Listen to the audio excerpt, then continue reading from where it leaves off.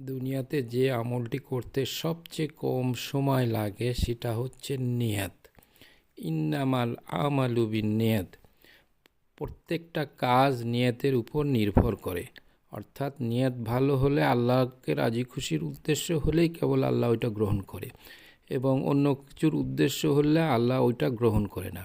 এ সম্পর্কিত অনেকগুলি হাদিস আজকে আমরা শুনব। হাদিসটি বর্ণনা করেছেন ওমর ইবনে খাত্তাব রাদিয়াল্লাহু তাআলা আনহু। এটা আছে বুখারী ও মুসলিম শরীফে। হাদিসের মর্মকথা: নিয়ত সকল কর্মের অঙ্কুর। প্রত্যেকের কর্মের মূল্যায়ন করা হবে তার নিয়ত বা অভিপ্রায় অনুসারে। কেউ যদি আল্লাহ তার রাসূলের সন্তুষ্টির জন্য হিজরত করে, তবে সে সেভাবেই মূল্যায়িত হবে। আর যদি কেউ পার্থিব ধনসম্পত্তি বা কোনো নারীকে পাওয়ার জন্য হিজরত করে, তবে তার মূল্যায়নও সেভাবেই হবে। হিজরত অর্থ দেশত্যাগ। দেশত্যাগী বা শরণার্থীর জীবনে কষ্ট অনেক, অর্থাৎ দুনিয়া হোক বা আখেরাত। একজন মানুষ যে উদ্দেশ্যে কষ্ট স্বীকার করছে, মূল্যায়নটা হবে সেভাবেই। কষ্ট করার উদ্দেশ্যটাই গুরুত্বপূর্ণ।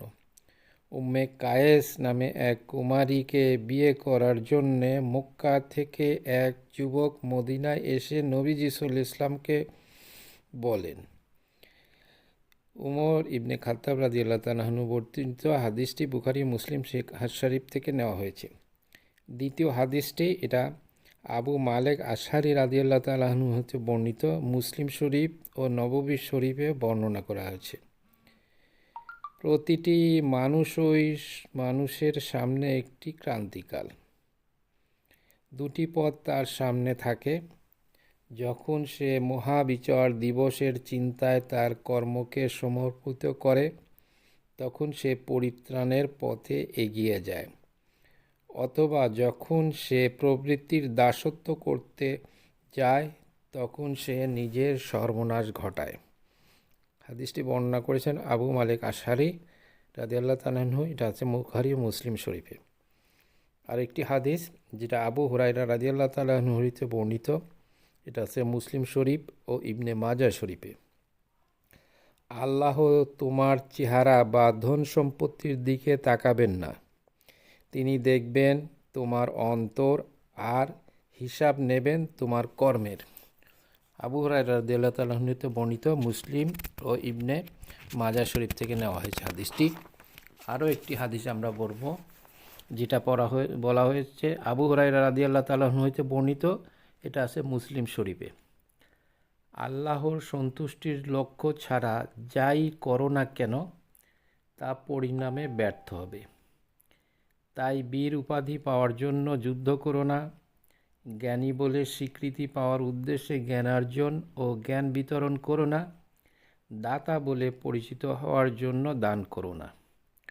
করলে মহাবিচার দিবসে তোমাকে উপুর করে জাহান্নামে নিক্ষেপ করা হবে। তোমার বাহ্যিক কর্মকাণ্ড নয়, আল্লাহ দেখবেন তোমার অন্তর। কর্মফল পাবে নিয়ত বা অন্তর্গত অভিপ্রায় অনুসারে। হাদিসটি আবু হুরায়রা রাদিয়াল্লাহু তাআলা আনহু হতে বর্ণিত। মুসলিম শরীফ হতে নেওয়া হয়েছে। আরও একটি হাদিস যেটা আবু হুরায়রা রাদিয়াল্লাহু তাআলা আনহু হতে বর্ণিত। এটা মেশকাত শরীফ এবং বাইহাকী শরীফে আছেন।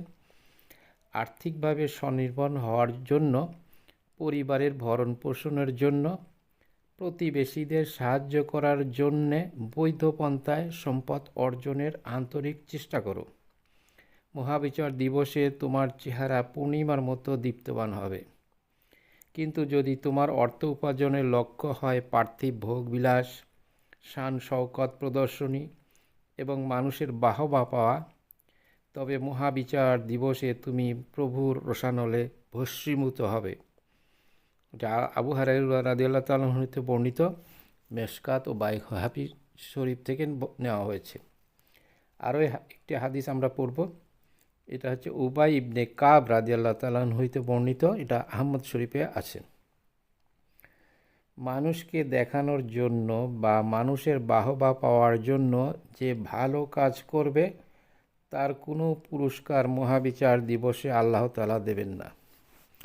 আরও একটি হাদিস আমরা পড়ব। এটা জুনদুব ইবনে আবদুল্লাহ রাদিয়াল্লাহু তাআলা আনহু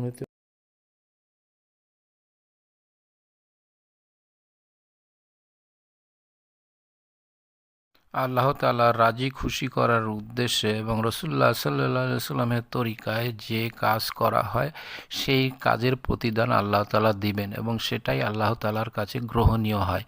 আল্লাহর রসুলের তরিকা ব্যতীত বা সুন্নত ব্যতীত এবং আল্লাহর তাআলার রাজি খুশির উদ্দেশ্য ব্যতীত যে কোনো কাজই করি না কেন আমরা তার কোনো প্রতিদান আল্লাহ তাআলার কাছে পাবো না।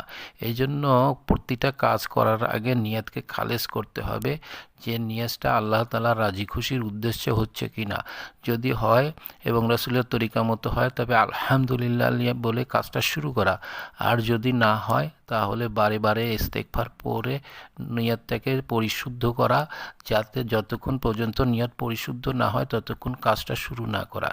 এই জন্য আমাদেরকে এদিকে খুব লক্ষ্য রাখতে হবে, কারণ নিয়তের উপরেই প্রত্যেকটা কর্মের ফলাফল আল্লাহ তাআলার কাছে নির্ভর করে।